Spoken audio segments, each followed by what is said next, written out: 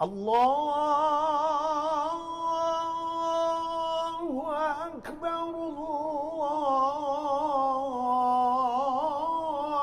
الله أكبر.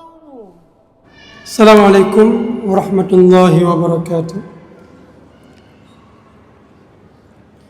الحمد لله الذي خصنا بخير كتاب أنزل وأكرمنا بخير نبي أرسل وجعلنا الله بالإسلام خير أمة أخرجت للناس. وقال تعالى في القرآن الكريم: كنتم خير أمة أخرجت للناس تأمرون بالمعروف وتنهون عن المنكر وتؤمنون بالله ولو آمن أهل الكتاب لكان خيرا لهم منهم المؤمنون وأكثرهم الفاسقون. أشهد أن لا إله إلا الله وحده لا شريك له وأشهد أن محمدًا عبده ورسوله وصفيه من خلقه وحبيبه. نشهد أنه قد بلغ الرسالة وأدى الأمانة ونصح للأمة وجاهد في الله حق جهاده حتى أتاه اليقين، وتركنا على المحجة البيضاء ليلها كنهارها لا يزيغ عنها إلا هالك. اللهم اجمعنا به كما آمنا به ولم نره، وارزقنا حوضه واسقنا من يده الشريفة شربة لا نظمأ بعدها أبدا. رب اشرح لي صدري ويسر لي أمري واحلل عقدة من لساني يفقه قولي. صدق الله العظيم. ثم أما بعد. Hadirin dan hadirat sidang jamaah salat maghrib di Masjid Raya yang kami muliakan, di antara tujuan dari syariah Islamiyah atau maqasidus syariah, salah satunya adalah menjaga agama, kemudian juga menjaga jiwa. Maka baru-baru ini kita berhadapan dengan musibah, cobaan yang merenggut nyawa, memakan korban jiwa, bahkan harta juga. Yang Allah meminta kepada kita untuk menjaga jiwa ini, menjaga harta ini, dan menjaga agama ini. Karena jiwa dan agama ini, harta juga, jiwa, harta, dan agama ini satu perkara yang sangat berkaitan. Apa maksud sangat berkaitan? Kerusakan jiwa atau musibah yang terjadi pada jiwa, pada harta, itu tidak terlepas dari penyebab dari musibah yang terjadi pada agama. Maksudnya bagaimana? Kalau agama ini tidak dijaga, maka akan berefek kepada kebinasaan pada jiwa, akan berefek pada musibah berupa malapetaka yang terjadi pada jiwa dan juga kepada harta. Dan salah satu yang menyebabkan bukti atau tanda atau indikasi yang menunjukkan manusia ini tidak patuh kepada agama, tidak menjaga agama, yaitu timbulnya kemaksiatan. Sehingga dari kemaksiatan itu terjadinya huru-hara, terjadinya keributan, terjadinya kerusakan di muka bumi. Allah berfirman, "Zaharal fasadu fil barri wal bahri bima kasabat aydin nas liyudhiqahum ba'dalladzi 'amilu la'allahum yarji'un." Terjadinya kerusakan di mana? Secara umum di muka bumi ini. Ada yang mengartikan fil barri, yaitu di daratan. Ada yang mengartikan fil bahri, di lautan. Tapi juga ada yang mengartikan zaharal fasadu fil barri wal bahri, timbulnya kerusakan akibat tidak taat dalam menjalankan perintah agama. Di fil barri disebutkan oleh Ibnu Katsir, riwayat dari Ibnu Abbas. Qala Ibnu Abbas wa ghairuhu. Ibnu Abbas berkata, dan juga ulama-ulama yang lain, sahabat-sahabat yang lain, al-muradu bil barri hahuna al-fayafi. Maksud dengan zahar al-fasadu fil barri, menurut Ibnu Abbas dan orang lain selain Ibnu Abbas, ulama-ulama yang lain, sebagian sahabat yang lain, al-muradu bil barri hahuna al-fayafi. Apa maksud al-fayafi? Yaitu tempat yang tidak ada penghuni. Kalau di Jazirah Arab itu disebut dengan padang pasir. Kalau kita di sini, ya di hutan-hutan. Terjadi kerusakan di hutan-hutan, fil barri wal bahri. Wal muradu bil bahri, kata Ibnu Abbas, al-amsaru wal qura, yaitu perkampungan dan perkotaan. Jadi terjadinya kerusakan di perkotaan, di perkampungan, di tempat pemukiman, dan juga di tempat yang tidak ada pemukiman, di hutan-hutan, di padang pasir. Jadi fil bahri bukan di lautan, karena di lautan ya, lautan, jadi nggak ada kerusakan air. Tapi yang dimaksud fil barri yaitu di kawasan yang tidak ada pemukiman. Sedangkan yang dimaksud dengan fil bahri itu kawasan yang ada pemukiman atau yang dekat dengan air, dekat laut, dekat dengan sungai. Karena umumnya kawasan yang dekat dengan sungai itu dekat dengan perkampungan. Karena dekat dengan peradaban. Semua peradaban kuno yang ada di dunia ini selalu berada di dekat sungai.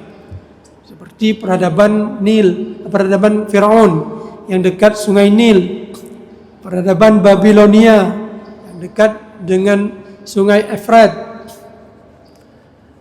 sungai Furat dan Dajlah. Jadi dekat lautan juga. Tidak ada peradaban yang berada di tengah-tengah hutan. Selalu ada berhubungan dengan air, sungai atau lautan. Jadi timbulnya kerusakan baik di kawasan pemukiman dan kawasan yang tidak ada pemukiman, seperti yang realita terjadi sekarang ini, penebangan terhadap hutan.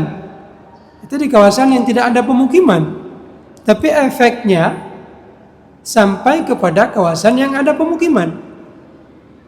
Zaharal fasadu fil barri wal bahri bima kasabat aydin nas Disebabkan ulah tangan kita manusia. Liyudhiqahum, untuk Allah jadikan efek dari yang kerusakan kita lakukan itu, Allah jadikan kepada kita untuk merasakan. Liyudhiqahum ba'dalladzi amilu, sebagian yang kita rusak. Betapa banyak manusia ini melakukan kerusakan, melakukan pelanggaran terhadap agama mereka. Tapi yang diperlihatkan oleh Allah itu cuma sedikit saja dari sekian banyak yang kita lakukan. Liyudhiqahum ba'dalladzi amilu, sebagian yang mereka rusak, yang mereka kerjakan. Untuk apa Allah jadikan sekali-kali kita ikut merasakan kerusakan yang telah kita lakukan? Padahal banyak sekali kerusakan yang kita lakukan. Untuk la'allahum yarji'un, supaya kita kembali sadar, menyesali umat. Ini selama ini saya potong hutan, selama ini saya tebang hutan, ternyata nggak ada apa-apanya, nggak kejadian apa-apa. Ada terjadi, tapi di rumah orang lain, erosi di kawasan pegunungan, nggak sampai terjadi ke rumah mereka. Bahkan di rumah saya, di kampung saya di Kutablang, Biren, itu selama sejarahnya belum pernah terjadi banjir. Tapi kali ini mungkin ada ya. Semalam sebelumnya saya telepon ibu saya. Beliau bersyukur sekali kepada Allah dengan mengatakan, alhamdulillah, kita sudah sempat potong padi. Banyak orang lain yang belum sempat potong padi, tapi hujan terus-menerus terjadi sehingga tidak sempat mereka melakukan pemotongan padahal sudah waktunya. Pada saat itu belum ada banjir. Dan mama saya pada saat itu menjemur padi di dalam rumah karena hujan. Sejak 3 hari sebelumnya hujan. Di dalam rumah, video call pada saat itu, dijemur padi memang dalam rumah. Kenapa? Karena untuk digiling untuk padi Brih Baru saja mau dikirim sedikit ke Banda Aceh. Di pagi harinya masih ada terhubung komunikasi, masuk air seukuran setumit kaki masuk ke rumah. Kata adik saya 10 menit kemudian itu sudah sampai ke lutut. Kemudian adik saya mengeluarkan mobil sampai ke jalan, teringat surat-surat mobil, ijazah-ijazah, berkas-berkas penting, balik lagi, air sudah ke setinggi dada. Jadi pada malam itu termasuk perasaan rasa syukur yang luar biasa kami. Ibu saya sempat memotong padi, maka menjemurnya di dalam rumah. Yang di pagi itu nggak sempat lagi membawa keluar padi karena airnya sangat deras, sangat kencang. Apa yang ingin kita sampaikan? Terkadang kita merasa bangga. Nggak mungkin kawasan saya belum pernah terjadi dalam sejarah air sampai ke sana. Ternyata kali ini sampai. Jadi nggak ada hal yang perlu dibanggakan atau yang perlu dirasakan. Ini insya Allah nggak apa-apa tempat saya, aman-aman saja karena belum pernah terjadi. Allah Maha Berkuasa. Allah Maha Berkuasa yang kita duga tidak bisa, tapi Allah bisa. Sebagaimana diduga oleh anak Nabi Nuh. Irkab ma'ana, kata sang ayah, wahai anakku, irkab ma'ana, ayo naik ke atas perahu kami, biar sama-sama kita berangkat selamat dari banjir yang besar. Qala sa'awi ila jabalin ya'simuni minal ma'. Enggak perlu saya naik perahumu wahai sang ayah, masih ada gunung yang tinggi. Sa'awi ila jabalin, saya akan mendaki gunung yang tinggi, gunung Selawa. Gunung yang tinggi. Ya'simuni minal ma', gunung itu akan menjaga saya dari banjir itu. Apa banjir itu? Kecil sekali. Ternyata gunung pun tenggelam. Jadi mungkin ya ada di antara penebang hutan itu nggak pernah merasakan selama ini. Selalu dia tebang tapi nggak pernah jadi banjir. Nggak pernah dia rasakan. Maka sekali-kali. Kalau mungkin selama ini yang dia pikir itu kan banjir itu kan yang dekat-dekat laut. Yang rumahnya dekat sungai. Yang rumahnya jauh dari laut, jauh dari sungai, mungkin seperti rumah saya pada saat itu, nggak mungkin ternyata mungkin. Ternyata tidak efektif. Sebagaimana yang dikatakan oleh anak Nabi Nuh, sa'awi ila jabalin ya'simuni minal ma'. Aku akan berlindung ke gunung. Nah, jadi Allah berikan sekali-kali bagi orang yang tidak pernah merasakan, atau bagi orang yang selama ini melakukan kemaksiatan menebang, tak pernah terjadi musibah banjir ke rumah dia. Kali ini Allah berikan liyudhiqahum ba'dalladzi amilu. Allah berikan, rasakan sedikit ini masih sedikit ini, enggak seperti banjir pada masa Nabi Nuh. Liyudhiqahum ba'dalladzi, ini penyebab dari ulah tangan kalian, la'allahum yarjun, supaya kalian bertobat selama masih hidup, belum diberikan kematian, la'allahum yarji'un, supaya kalian sadar. Tapi kalau tidak juga sadar, ini khatamallahu ala qulubihim, Allah sudah tutup mata hatinya. Tapi kalau sekali-kali Allah berikan, ini sejak tsunami tahun berapa, tahun 2005. Nah sekarang 2025, 20 tahun yang lalu. Sebulan berbeda, bulan November dengan bulan Desember. Tanggal yang sama, tanggal 26. 20 tahun berselang, Allah kasih cobaan lagi.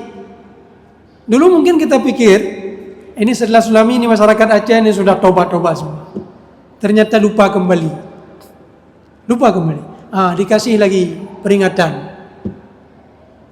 Bukti dari kita lupa kembali, termasuk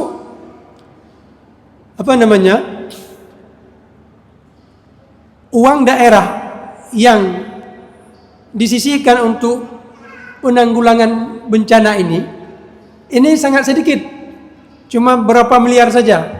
Ini buktinya kita sudah merasa insya Allah Aceh keaman, hanale banjir kasih tsunami 3, sehingga kita bacut kasih beberapa miliar sudah cukup. Ternyata datang banjir, sehingga kita kewalahan. Kenapa?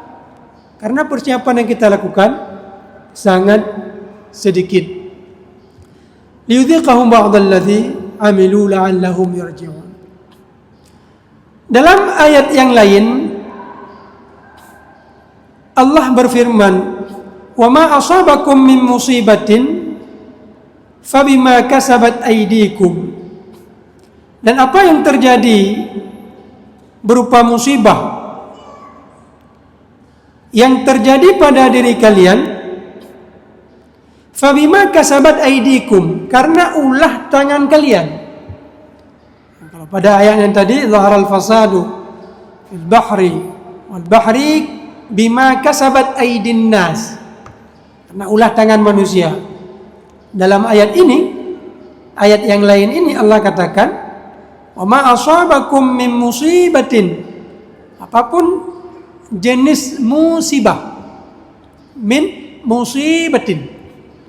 Dalam bahasa Arab ini kalau dia tidak digunakan alif lam, musibatin, bukan al musibah, musibatin, ini menunjukkan musibah apa saja, baik banjir, kesakitan, termasuk duri yang menunjuk tangan kita. Wa ma asabakum min musibatin fabima kasabat aydikum, itu gara-gara ulah tangan kita sendiri, gara-gara ulah tangan kalian sendiri. Jadi Allah uji sesuai.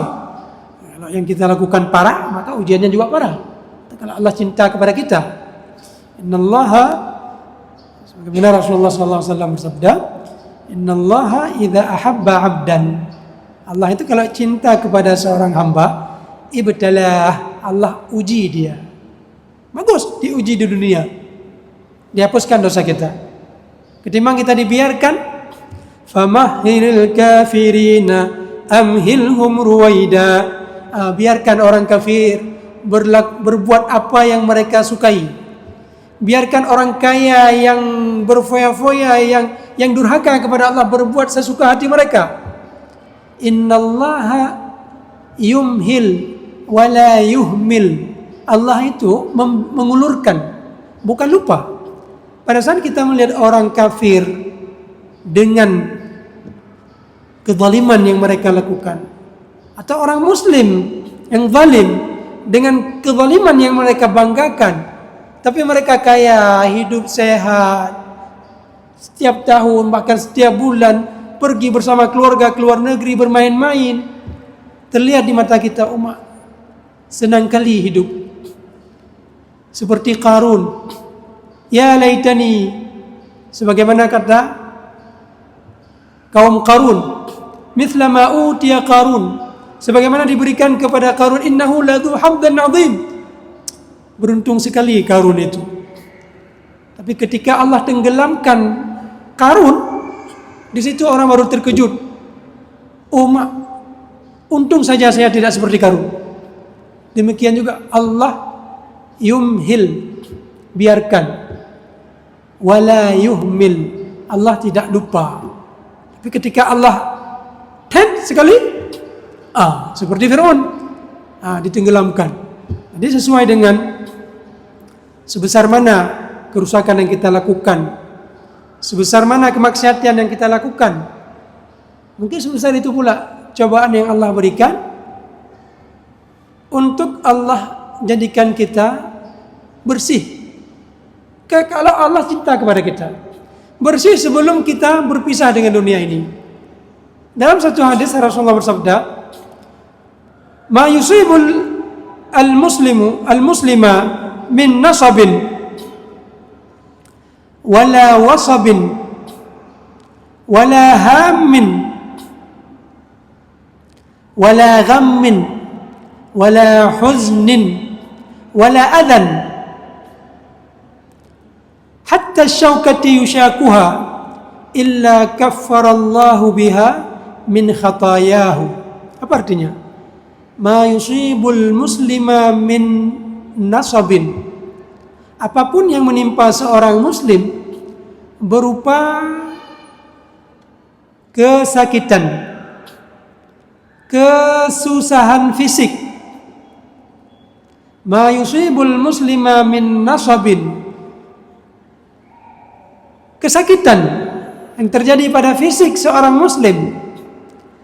Wala wasabin, atau kesakitan, kesusahan yang menimpa pikiran seorang muslim. Jadi sakit fisik atau non fisik itu adalah cara bagi Allah untuk memberi pengampunan kepada kita, karena Allah cinta kepada kita. Wala hammin, susah apa saja. Tadi susah fisik, susah pikiran, susah jiwa. Wala hammin, susah sesuatu yang kita pikirkan di masa yang akan datang. Ini bagaimana saya ke depan ini, lulus nggak saya ujian ya? Bagaimana saya ke depan ini saya perjalanan jauh pakai pesawat, jatuh nggak ya pesawat terbang ini? Itu juga satu kesusahan. Wala ghammin, ataupun kesusahan yang sedang kita alami, susah sekali saya ini.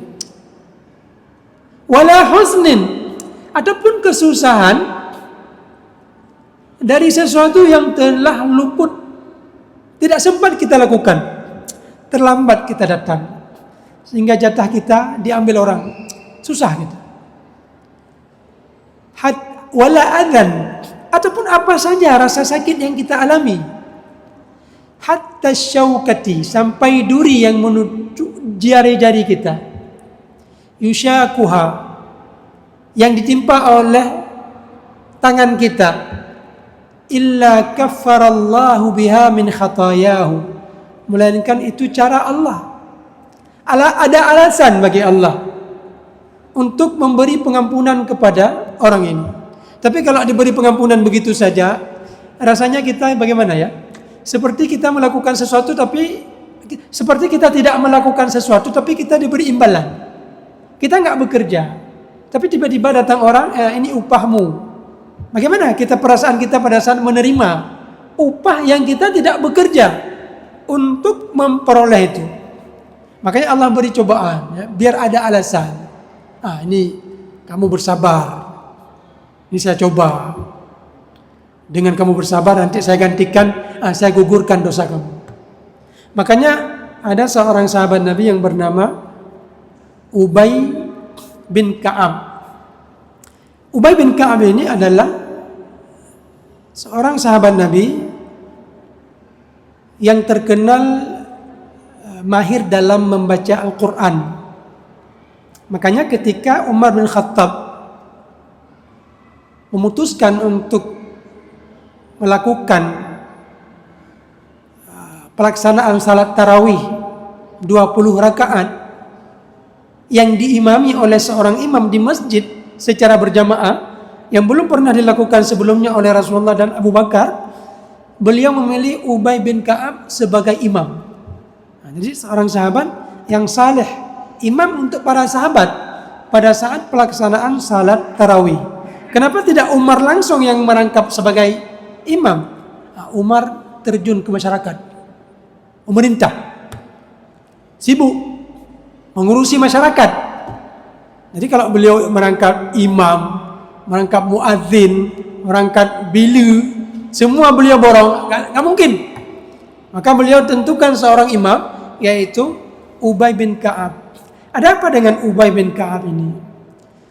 Seorang sahabat yang saleh, sebagaimana tadi kita sebutkan, pada saat mendengar hadis Nabi tadi, ma yusibul muslima min nasabin hatta syaukah, sampai duri pun yang menunjuk di jarinya.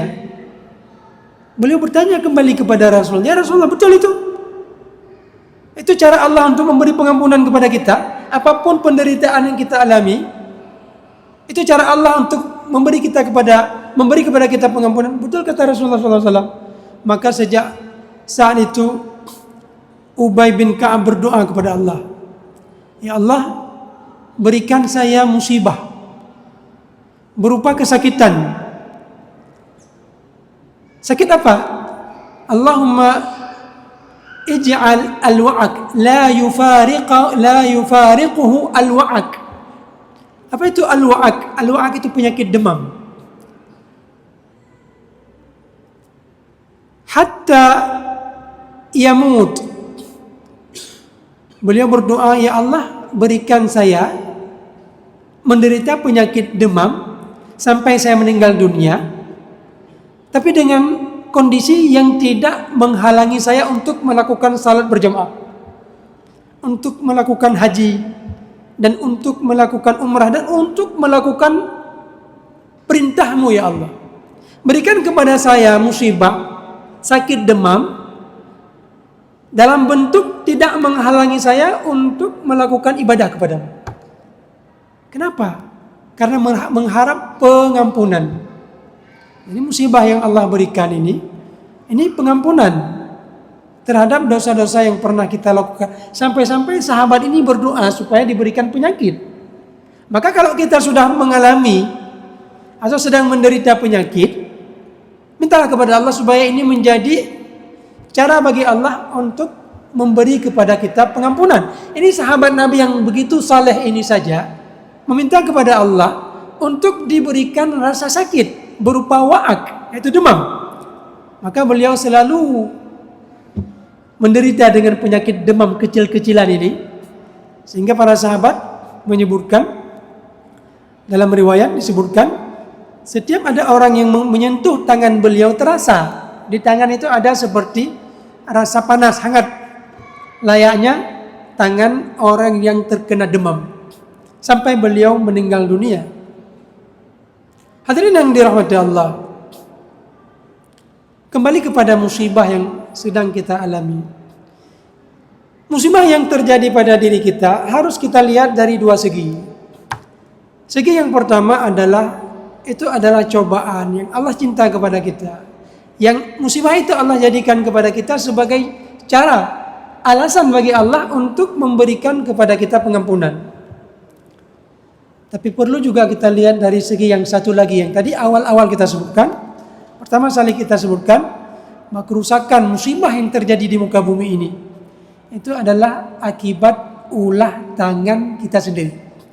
Ma asabakum min musibatin fabima kasabat aydikum. Apapun musibah apa saja yang terjadi pada diri kalian itu gara-gara ulah tangan kalian. Wa ya'fu an katsir. Dan masih banyak musibah-musibah, masih banyak ulah-ulah tangan manusia yang lain yang kita lakukan, dosa-dosa yang kita lakukan masih banyak sekali. Wa ya'fu an katsir. Dan Allah maafkan begitu banyak. Ini 20 tahun sekali Allah berikan cobaan seperti ini. Besar ya. Wa ya'fu an katsir. Coba bayangkan, setiap kita melakukan kerusakan, setiap itu pula Allah menjadikan musibah. Maka kita yang masih yang masih merasa sabar untuk tidak menebang hutan, yang masih mau menjaga lingkungan, pada saat kita melihat ada pihak-pihak yang melakukan kerusakan, maka tugas kita adalah menegur mereka. Dan jangan dibayangkan kerusakan itu berupa penebangan hutan saja. Ada maksiat, perzinaan, korupsi, ada maksiat perjudian, judi online yang sangat marak sekarang ini, LGBT wal'iyadzubillah yang sangat marak akhir-akhir ini sampai dilegalkan oleh Amerika Serikat pada masa pemerintahan Barack Obama dan sudah masuk ke pesantren-pesantren, bahkan pesantren-pesantren tradisional. Ada seorang kawan saya dari medis, dia ditugaskan untuk memeriksa salah satu pesantren terkenal yang ada di Aceh. Kenapa memeriksa pesantren itu? Karena di pesantren itu banyak sekali pasien yang datang dari pesantren itu. Pasien yang terkena virus HIV. Ada apa dengan pesantren itu? Maka diterjunkan tim medis untuk dilakukan penelitian pada pesantren itu, tapi tidak diizinkan oleh pihak pesantren. Kenapa? Kami panina, kami tidak ada pesantren kami. Padahal secara data medis yang banyak datang kepada mereka itu dari pesantren itu, makanya dibuat penelitian ke situ. Mau dicek satu persatu santri-santri yang ada di situ, tapi tidak diizinkan oleh pimpinan pesantren. Kalau di pesantren ini yang seharusnya pesantren ini ibarat, kalau dalam makanan itu ibarat ibarat garam ya. Dalam kuah nggak ada garam, bagaimana rasa kuah itu? Tentu saja tidak enak. Di kampung ini, di sebuah negara kalau nggak ada alim ulama, itu rasanya negeri ini nggak enak, kampung ini nggak enak. Ya rijalal ilmi ya milhal balad. Kata seorang penyair, wahai orang-orang yang menuntut ilmu, ya milhal balad, yang kalian itu seakan-akan seperti garam di kampung ini. Faman yuslihul milha idzal milhu fasad. Siapa yang akan memperbaiki garam kalau garam ini rusak? Kalau garam saja sudah rusak, siapa yang bersanggup memperbaiki garam? Kalau orang-orang yang seharusnya berperan untuk memperbaiki umat ini, yaitu santri-santri yang ada di pesantren, mereka sudah rusak, mereka sudah melakukan LGBT, bahkan guru-gurunya, guru-guru korbannya siapa? Anak-anaknya. Kalau yang mereka sudah mengaji, sudah bisa baca kitab, sudah 6 tahun di pesantren, ya milhal balad, wahai garam negeri, wahai garam kampung, wahai garam Aceh, faman yuslihul milha idzal milhu fasad. Siapa yang akan memperbaiki kalian kalau kalian rusak? Ini sangat disayangkan. Jadi jangan dibayangkan rusak hutan selalu gara-gara penebangan hutan, banjir selalu penebangan hutan. Tidak. Kemaksiatan secara umum itu penyebab dari malapetaka sebenarnya, bukan gara-gara semata-mata penebangan hutan. Hadirin yang dirahmati Allah, masih kita bersyukur ya, ada orang yang mau amar ma'ruf nahi munkar. Wattaqu fitnatan la tusibanna alladhina zalamu minkum khassah. Takutlah akan terjadi musibah, fitnah. Yang fitnah itu tidak hanya menimpa mereka-mereka yang menebang hutan, mereka-mereka yang LGBT saja, mereka-mereka yang berzina, minum khamar, judi online saja, tidak hanya mereka yang akan menimpa. Bahkan kita semua kita rasakan, tsunami semua kita rasakan, yang bersalah dan tidak salah, bahkan binatang-binatang ikut mati. Di kampung saya ada seorang memiliki 17 ekor sapi, 17 ekor sapi mati dari peristiwa banjir ini. Bahkan ada yang men-share gajah-gajah di hutan juga ikut mati. Wa ya'fu an katsir. Sebenarnya kalau bukan karena Allah banyak sekali memberi maaf, mungkin sering kali mati. Makanya patut kita terima kasih kepada orang yang gemar beribadah. Berterima kasih kepada anak-anak yang tidak berdosa. Berterima kasih kepada hewan-hewan. Dalam satu hadis Rasulullah bersabda, laula rijalun rukka, sekiranya bukan orang-orang yang beribadah, rukka, orang-orang melakukan ruku, melakukan sujud, sekiranya bukan mereka-mereka yang gemar melakukan salat,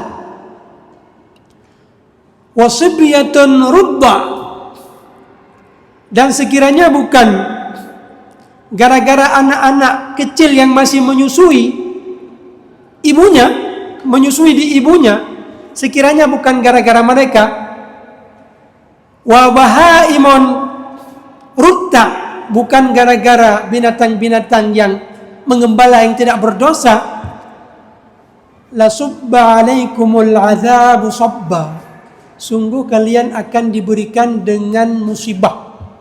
Jadi gara-gara ada orang yang masih salat, ada anak-anak kecil yang tidak berdosa, ada hewan-hewan, maka Allah tunda sampai 20 tahun baru dikasih sekali, la'allahum yarji'un. Sekiranya bukan gara-gara mereka, mungkin setiap bulan Allah kasih binasa kepada kita, setiap tahun Allah kasih binasa kepada kita. Tapi karena gara-gara mereka, syukur kita. Jadi orang-orang yang LGBT, orang-orang yang minum khamar, orang-orang yang judi online harus membuat pengumuman, saya berterima kasih kepada orang-orang yang salat, saya berterima kasih kepada anak-anak yang kecil, saya berterima kasih kepada hewan-hewan itu. Sekiranya bukan karena kalian, sekiranya bukan karena kalian, saya akan dibinasakan oleh Allah. Taqu fitnatan, sekali lagi, mari sama-sama kita mencegah. Man ra'a minkum munkaran falyughayyirhu biyadihi, faman lam yastati' fabi lisani. Siapa yang melihat kemungkaran, kita cegah dengan tangan kita cegah dengan lisan kita, fabi qalbi wa dzalika adhaful iman, kita cegah dengan hati kita. Dan itu adalah hal yang paling kecil yang bisa kita lakukan supaya tidak terjadi musibah yang tidak hanya terjadi kepada mereka LGBT saja, judi online saja, tapi kita juga ikut merasakan musibah itu. Mudah-mudahan apa yang kita sampaikan memberikan kepelajaran kepada diri saya sendiri dan kita semua untuk sama-sama menjaga agama Allah ini. Dengan kita menjaga agama Allah akan jaga jiwa dan harta kita, dan ini adalah salah satu dari tujuan maqasidu asy-syariah, tujuan dari Allah mengirimkan syariat ke muka bumi ini. Hadanallah wa iyyakum ajma'in. Aqulu qawli hadza wa astaghfirullah li wa lakum. Assalamu alaikum warahmatullahi wabarakatuh. اللهم انصر إخواننا المسلمين المستضعفين في فلسطين، اللهم انصرهم على أعدائهم، اللهم انصرهم نصرا عزيزا، اللهم أعز الإسلام والمسلمين.